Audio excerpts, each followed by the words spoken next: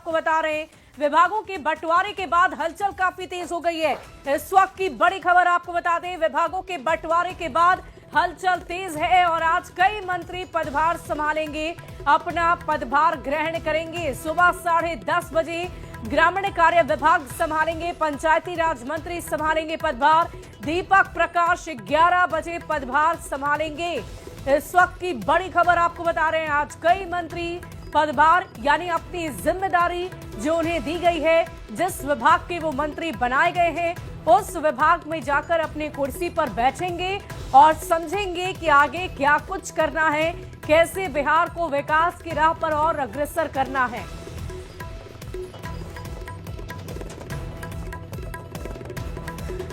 और आइए एक नजर डालते हैं नई सरकार में नई कैबिनेट के स्वरूप पर। कई नए नेता पहली बार मंत्री बने हैं तो कई की जिम्मेदारियां बदल गई है।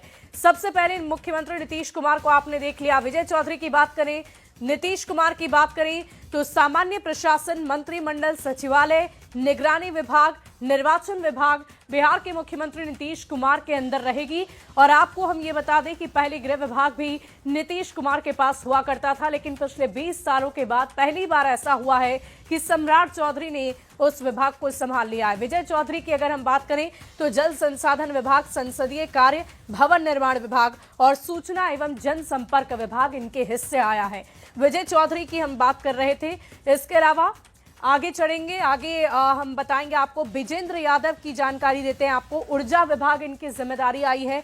योजना एवं विकास, मद्य निषेध के भी ये मंत्री बनाए गए हैं। उत्पाद एवं निबंधन विभाग भी इनके हिस्से आया है।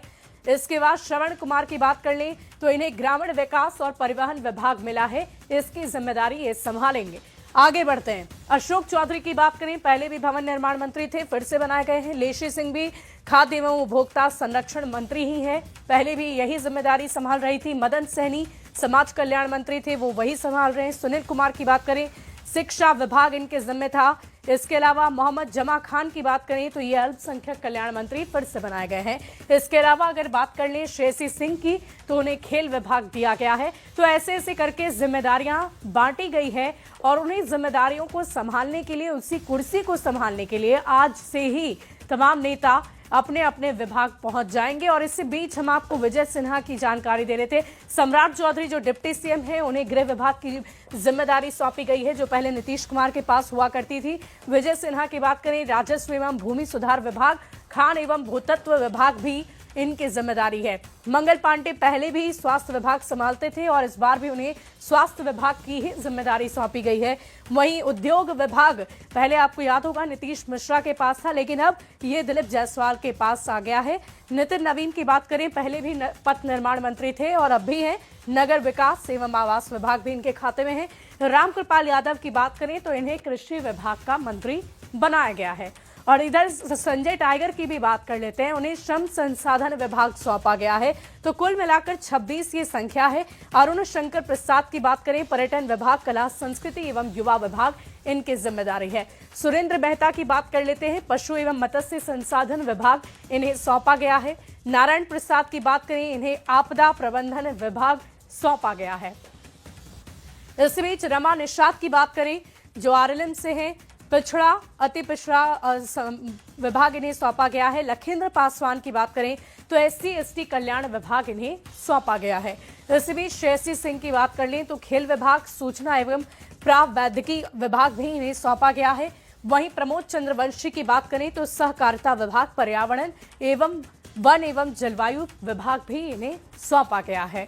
संतोष सुमन जो जीतन राम मांझी के बेटे हैं, लघु जल संसाधन विभाग की जिम्मेदारी फिर से सौंपते हुए नजर आएंगे। और इस बीच संजय कुमार पासवान की बात करें, जिन्हें चिराग पासवान की पार्टी से ये हैं और इन्हें गन्ना उद्योग विभाग दिया गया है। संजय कुमार सिंह की अगर हम बात करें तो लोक स्वास्थ्य अभियंत्रण विभाग इन्हें सौंपा गया है।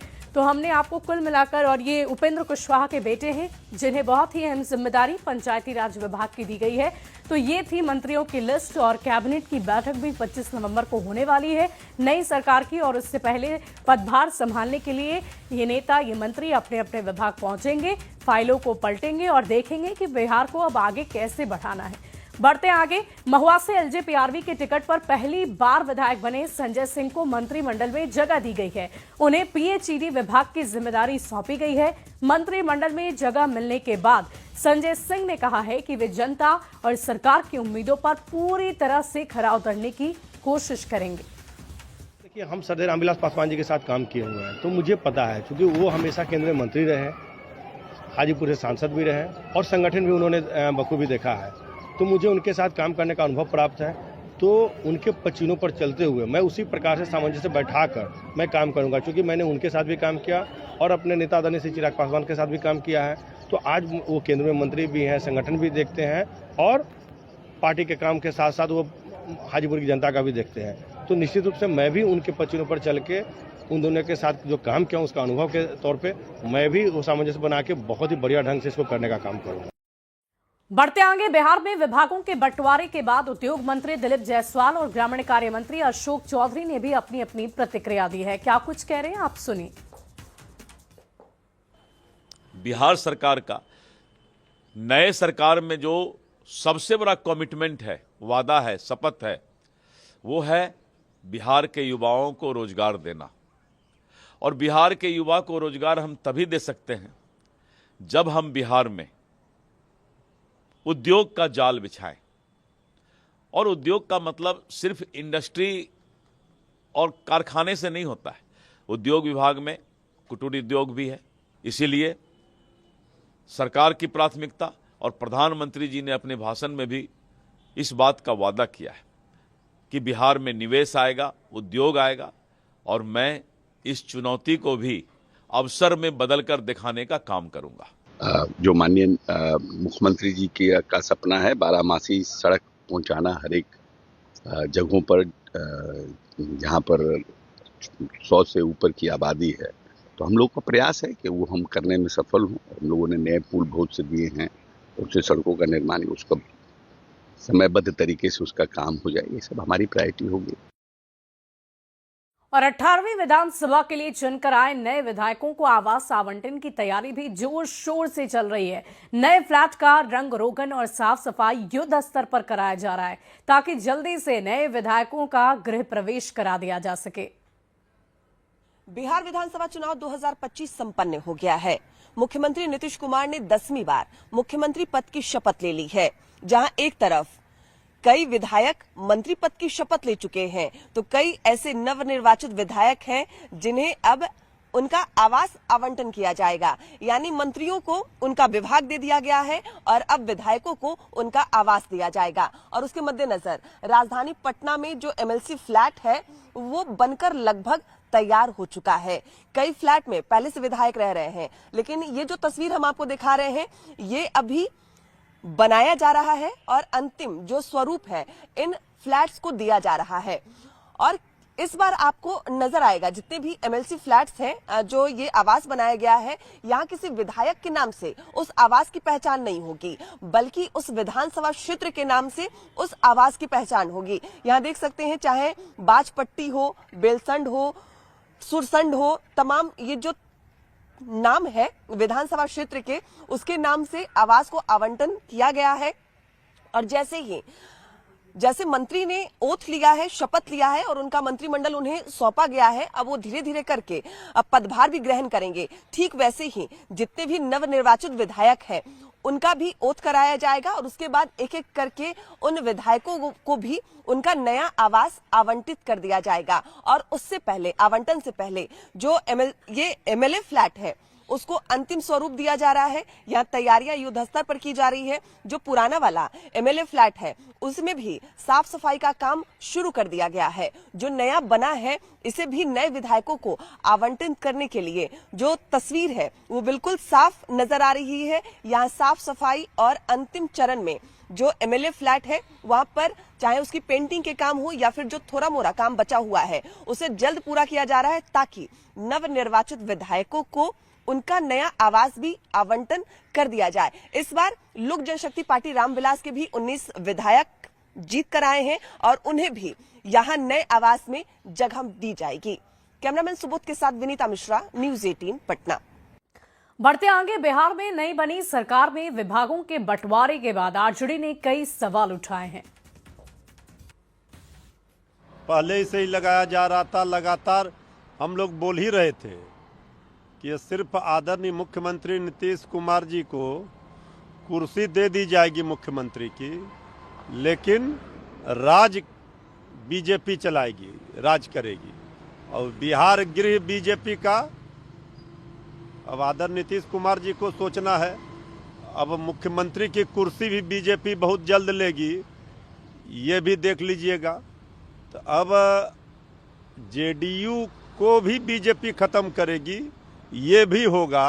जो कहे गए थे श्री तेजस्वी यादव जी के द्वारा, विपक्ष के द्वारा, वो सब होगा।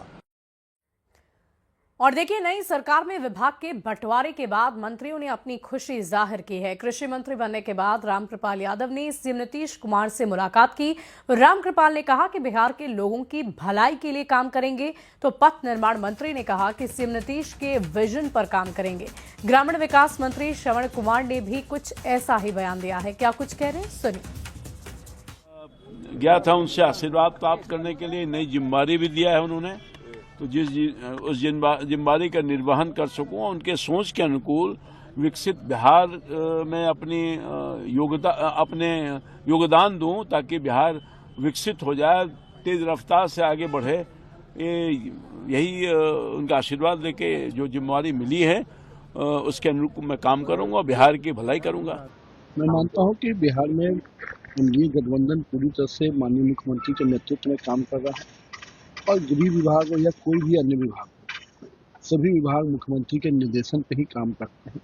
और हम लोग का पूरा प्रयास है कि मुख्यमंत्री जी ने जो भरोसा हम लोग पे किया है, हम लोग मुख्यमंत्री जी के उस भरोसे पे कैसे कायम रहे, और मुख्यमंत्री जी के जो विजन है उस विजन को लेके कैसे आगे बढ़े, इसके दिशा में हम सभी मंत्री काम करेंगे। जो जवाबदेही मिली है उसका सही ढंग से, सही तरीके से, कानून के हिसाब से, नियम के हिसाब से उसका निर्वहन किया जाएगा। और आवाम जनता के लिए जो भी सरकार में प्रोविजन है उसके लिए धरातल पर इन योजनाओं को उतारा जाएगा। और इस बीच एक बड़ी खबर आ रही है। 25 नवंबर को नीतीश कैबिनेट की पहली बैठक होगी। सुबह 11 बजे नीतीश कैबिनेट की बैठक होनी है। सीएम नीतीश ने इस कैबिनेट बैठक को बुलाया है। बैठक में सभी विभागों के मंत्री मौजूद रहेंगे। मुख्यमंत्री सचिवालय के कैबिनेट सभागार में बैठक होगी। बैठक में सरकार कुछ बड़े फैसले ले सकती है, ऐसी भी संभावना जताई जा रही है।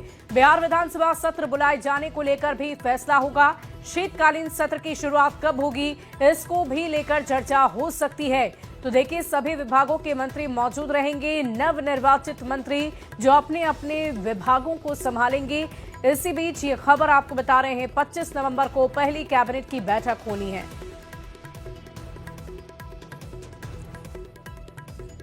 बढ़ते आगे, गयाजी में एक 70 वर्षीय वृद्ध महिला अपने ही बड़े बेटे से इंसाफ दिलाने के लिए सरकारी दफ्तर के चक्कर काट रही है।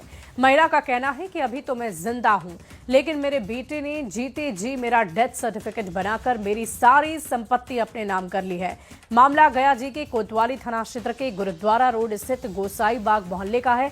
जानकारी के अनुसार महिला अपने छोटे बेटे के साथ रांची में रहती है, जबकि बड़ा बेटा गयाजी में रहता है। मां का आरोप है कि प्रॉपर्टी के लिए बड़े बेटे ने मेरा डेथ सर्टिफिकेट बनवाकर सारी जमीन, सारी जायदाद मेरे नाम नहीं करके अपने नाम कर ली है, जबकि छोटा बेटा गयाजी में अपने घर गया तो उसे डरा धमकाकर भगा दिया गया। अब बुजुर्ग महिला अपने छोटे बेटे के साथ अधिकारियों के पास जाकर इंसाफ की गुहार लगा रही है। बड़का बेटा बनाया है दिलीप प्रसाद, उसका 2 बेटा है, वो मेरा ही तरह गुजरेगा। उसका माँ रौनक और गोलू का माँ भी मेरा ही तरह गुजरेगा। क्या बना दिया आपका? मृत्यु पर पहचान पत्र। ऐसा किया? धन के चलते किया है कि मेरा दो बेटा के साइड कर दिया और वो अपना हथियार लिया। अपने खुद को इकलौता बताकर इनका डेथ सर्टिफिकेट बनवा लिया और इनकी प्रॉपर्टी को, जो कि माँ के नाम पे ही है, सारा अपने नाम पे नगर निगम और अंचल अधिकारी में चेंज करवा दिया। और जबकि हम लोग 2-3 भाई थे, जिसमें एक का देहांत हो चुका, एक गया गोसाई बाग गुरुद्वारा रोड में अभी हैं, जो कि 25 साल से रह रहे हैं इन्हीं के मकान पे।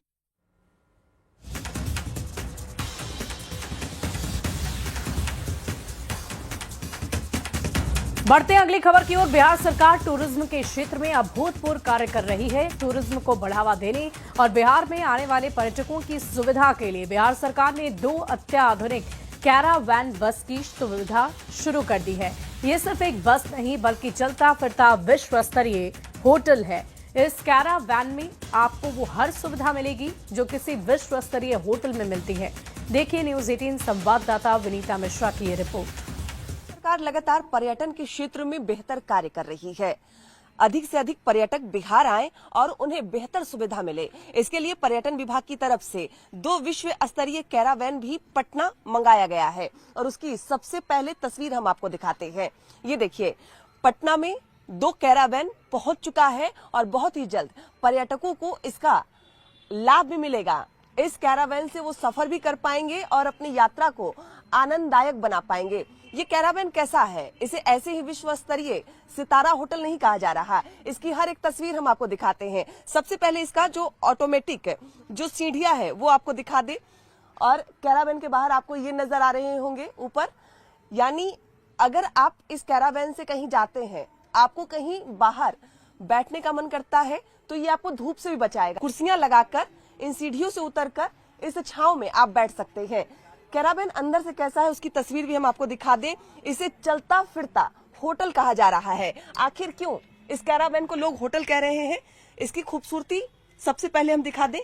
ये देखिए, ये कैरावैन पटना पहुंच चुका है और ये जो आरामदायक कुर्सियां हैं, कोई भी चाहेगा कि उनका जो सफर है वो आरामदायक हो। और इन कुर्सियों में क्या क्या खूबियां हैं? मैडम, इसमें ये फ्लैश होने के लिए है, इसमें आगे पीछे होने के लिए है, मतलब टोटल बटन से ही ऑटोमेटिक है। टोटल बटन है, ऑटोमेटिक है। बिल्कुल, तो ये देखिए कि ये और ये मूव भी करता है 360 मैडम, वो भी बटन से ही। हाँ जी। तो ये देखिए, ये बटन बस प्रेस कर रहे हैं और ये इनका जो सीट है वो आगे पीछे हो रहा है। और देखिए, ये जो पूरा चेयर है वो 360 मूव कर सकता है, यानी अगर आपके सामने कोई आपका मित्र बैठा है तो आप सामने बैठकर चाय कॉफी का आनंद ले सकते हैं। और ये जो कर्टन लगाए गए हैं, जरा उसकी भी आपको खूबसूरती हम दिखा दे। देखिए, बस एक बटन प्रेस करना है और कर्टन ऑटोमेटिक ऊपर जाएगा। और अगर आपको कहीं बीच में रोकना है तो ये देखिए, अभी ऊपर जा रहा है। यहाँ बीच का एक बटन है, पुश बटन, आप इसको जैसे ही प्रेस करेंगे ये रुक जाएगा। अगर डाउन करना है तो फिर से आप प्रेस करेंगे, ये डाउन होने लगेगा। और जैसे जैसे आप आगे बढ़ेंगे, ये देखिए, कई आपको आरामदायक चेयर यहाँ पे नजर आएंगे। और सिर्फ चेयर ही नहीं है, बल्कि इस कैरावैन में सारी वो सुविधाएं हैं जो आपको होटल में मिलेगी। ये देखिए, आपके चलते फिरते सितारा होटल में किचन भी मौजूद है। यहाँ पे आपका ओवन, पानी गर्म करने के लिए जो आपका मशीन है वो यहाँ लगा है। ये आपके नल नजर आ रहे हैं। यहाँ पे आप कुछ भी बना सकते हैं, फ्रिज की सुविधा भी है। और ठीक इसके इस साइड आपको जो बाथरूम है वो आपको यहाँ मिलेगा, यानी इसे बिल्कुल कहा जा रहा है कि ये चलता फिरता होटल है और उसकी जो सुविधा है वो भी यहाँ नजर आ रही है। और सिर्फ किचन सोफे नहीं बल्कि आपको बेडरूम में भी ले चलते हैं। ये देखिए, इस चलते फिरते कैरावैन में 4 बेड का बेडरूम भी है और इसकी जो खूबसूरती है वो यहाँ साफ तौर पे नजर आ रही है। यहाँ 2 नीचे 2 ऊपर यहाँ बेड बनाए गए हैं। और इस बेडरूम में आप देख सकते हैं कि यहाँ जो टीवी है वो टीवी भी यहाँ लगाई गई है। और यहाँ पे आपको कोई सामान रखना है तो उस सामान के लिए भी जगह दिया गया है, मिरर लगाए गए हैं और सब कुछ आपको इस कैरावैन में बड़े ही आरामदायक तरीके से नजर आ जाएगा। कई सीसीटीवी कैमरे भी इसमें लगाए गए हैं। हाँ, इसमें सीसीटीवी कैमरा लगे हुए हैं। हाँ। और ये 360 पे कंट्रोल करते हैं। हाँ। अंदर का पूरा पोजीशन अपना ये डाइनिंग एरिया सारा कंट्रोल होगा और आगे बाहर पूरा ही मतलब कि सीसीटीवी लेफ्ट और राइट दोनों, और एक रिवर्स कैमरा भी लगा हुआ है। आप बैठे हैं यहाँ पे, ये चार्जिंग पॉइंट भी है, मतलब मोबाइल चार्ज करने के लिए सब कुछ है। बिल्कुल मैम, ये चार्जिंग पॉइंट है। आप अपना लीड से चार्ज कर सकते हैं इसको। बिल्कुल चार्ज कर सकते हैं और जगह जगह ये देख सकते हैं कि जो सीसीटीवी कैमरे की हम बात कर रहे थे, ये देखिए सीसीटीवी कैमरा यहाँ नजर आ रहा है, टीवी तो नजर ही आ रहा है, एक वॉकी टॉकी भी यहाँ दिया गया है। क्योंकि अगर आप अपने परिवार के साथ इस कैरावैन में सफर कर रहे हैं तो आपको अगर ड्राइवर से बात करनी तो कैसे करेंगे? गाड़ी खोल के बाहर जाएंगे? नहीं, क्योंकि अंदर से बात करने की कोई सुविधा नहीं है। तो वॉकी टॉकी है, आप इस वॉकी टॉकी से जो गाड़ी चला रहे हैं ड्राइवर उन्हें कॉल कर सकती हैं, उन्हें कुछ भी बता सकते हैं और अपने परिवार के साथ एक सुरक्षित जो सफर है इस कैरावैन में कर सकते हैं। यहाँ खाने पीने के लिए देखिए जो टेबल है वो भी दिया गया है, आपको मन है तो टेबल भी लगाइए, नहीं मन है तो इसे अंदर ऐसे स्लाइड कर दीजिए।